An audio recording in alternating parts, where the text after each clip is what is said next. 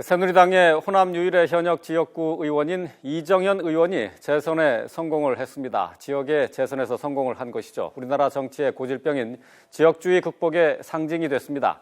또 한 번의 기적을 이뤄낸 전남 순천 이정현 당선인을 전화로 연결을 했습니다. 안녕하십니까? 네, 안녕하십니까? 네, 먼저 이정현입니다. 당선을 축하드립니다. 네, 감사합니다. 네, 자 이번에 또 한 번 호남 장벽을 넘었습니다. 그 공고한 지역주의의 벽을 깰 수 있었던 원동력 어디에 있다고 보십니까? 시민이죠. 순천 시민들이 위대한 거죠. 지난 7.30 보궐선거 때 온 국민들이 관심이 집중된 가운데서 순천 시민들이 먼저 호남에서 마음의 문을 열어서 지역구도를 깼고 또 이번에도 많은 국민들이 순중에서 순천을 지켜보고 있었기 때문에 네. 위대한 순천 시민들께서 어떤 그 과거에 그 공천만 받아오면 그저 저절로 당선이 되는 그러한 선거를 하지 않고 사실 순천에서는 지금 연달아서 3번 부소속 시장 또 연달아서 3번 2번이 아닌 국회의원을 뽑고 이번에 저마저 4번째 연달아서 2번이 아닌 국회의원을 뽑았거든요. 예. 이것은 결코 우연이 아니고 정말 순천 시민의 위대한 이러한 그 어떤 선거혁명, 지역구도를 타파를 하고 이제는 큰 시대적인 흐름을 선도하고 주도하는 그런 시민 의식이 가장 컸고 두 번째는 정말 제가 제 나름대로는 어쨌든 진심이면 통할 것이라는 신념 하나를 가지고 지난 1년 8개월 동안에 한 241번 지구를 2바퀴 돌 수 있는 거리를 여수와 서울을 오가면서 여수 비행장과 서울을 오가는 비행기를 타면서 제가 지역구의 마을외 아래서 자고 주민들하고 소통하고 이렇게 하면서 소통을 해왔던 것들이 저의 진정성을 좀 받아들여 주시지 않으셨나 이런 생각도 듭니다. 보수정당 의원으로서는 최초로 호남에서 재선에 성공했고요. 또 비례대표까지 포함하면 3선이 됩니다. 자, 각오가 남다를 것 같은데요. 20대 국회 등원 각오 한 말씀 해주시죠. 그렇습니다.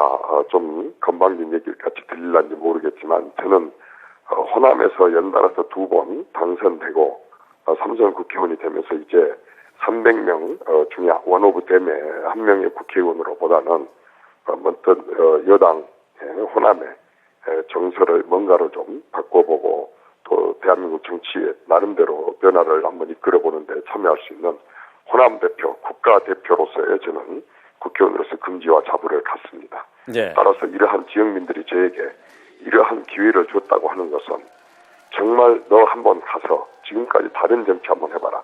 대한민국 정치 한번 바꿔봐라. 대한민국 정치인 한번 바꿔봐라. 라고 하는 엄중한 저는 명령과 또 그 선택을 해 주셨다고 보기 때문에 이 주민들의 요구와 바람 또 주문을 실천해 옮기는데 저는 3선에서 내가 여기서 이런 일을 하다가 꺾이고 못하게 된다면 국회의원 정치를 더 이상 안 한다는 각오로 제 3선의 그 국회의정 활동은 대한민국 정치와 그리고 대한민국 정치인을 바꾸는데 제 나름대로 그동안에 33년 동안 중앙정치부대에 쌓아왔던 역량을 한번 발휘해볼 생각입니다. 대한민국의 정치를 바꿔보라는 지역 주민들의 열망을 담고 그것을 정치에 표현을 하겠다라고 말씀을 하셨는데 자, 문제는 지금 새누리당이 일당을 내줬습니다. 또 이번에 20대 총선의 참패 요인 어디에 있다고 보십니까? 민심은요. 한두 사람이 평가하는 것도 아니고 몇몇 부류의 전문가들이 평가하는 것도 아니고 국민이 전체가 이번 선거에서 이런 결과를 냈다고 한다면 뭔가 새누리당과 새누리당이 집권하고 있는 세력들 전체가 민심에 어쨌든 부합하지 못했다고 하는 것을 엄연히 증명한 것이게 되는 거고 분명한 그것에 대한 심판이라고 봅니다. 그렇다면은 거기에 대해서 이정현 의원님 말씀 중 죄송한데요. 자, 그렇다면은 그 국민의 이런 뜻, 그 민심이 전해진 이번 총선이 어떻게 당에 어떤 변화를 가져와야 된다고 보십니까? 그렇습니다. 저는 기왕지사 이렇게 됐습니다. 기왕지사. 이제 또 내일 모레 다시 선거를 한 것도 아니기 때문에 저는 이제 국민들로부터 이렇게 그 엄중한 심판을 받았다고 한다면 지금 이것을 곤란하다 해가지고 그 덮는 식으로 수습을 하려고 해가지고는 여전히 국민들의 심판에 의미도 없고 국민들은 더 크게 실망을 따라서 이제 차분하게 원인 진단을 근본적으로 해야 된다고 생각을 합니다. 예. 지금 뭐 지도부 교체하고 누가 지도부 들어서고 그래서 누가 바꾸고 누가 책임지고 그렇게 누구에서 마녀 사냥하고 이런 식으로 몰아가가지고는 한 달도 못 가서 언제 선거 치렀고 언제 심판 받았냐 하는 듯이 지난 70년 대한민국 국회가 했던 행태 그대로 다시 또 정치고 정당이고 그렇게 돌아간다고 봅니다. 예. 그래서 저는 지금부터는 정말 서두르지 말고 차분하게 아까처럼 앞에 뉴스도 나왔습니다만은 정말 땀 흘려 일하는 사람들이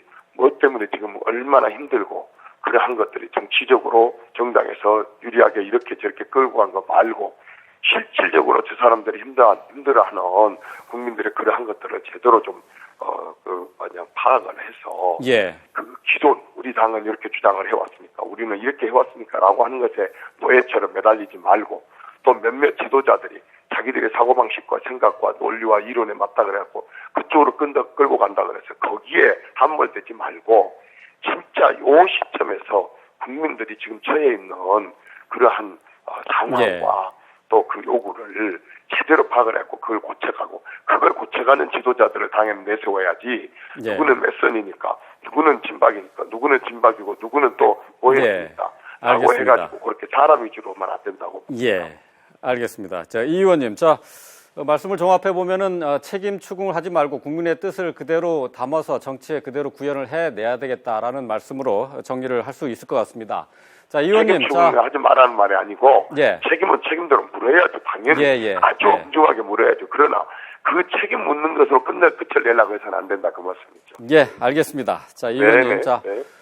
지역의 호남 주민, 더 크게는 국민을 위해서 큰 정치 하시기를 기대를 하겠습니다. 오늘 말씀 잘 들었습니다. 네, 감사합니다.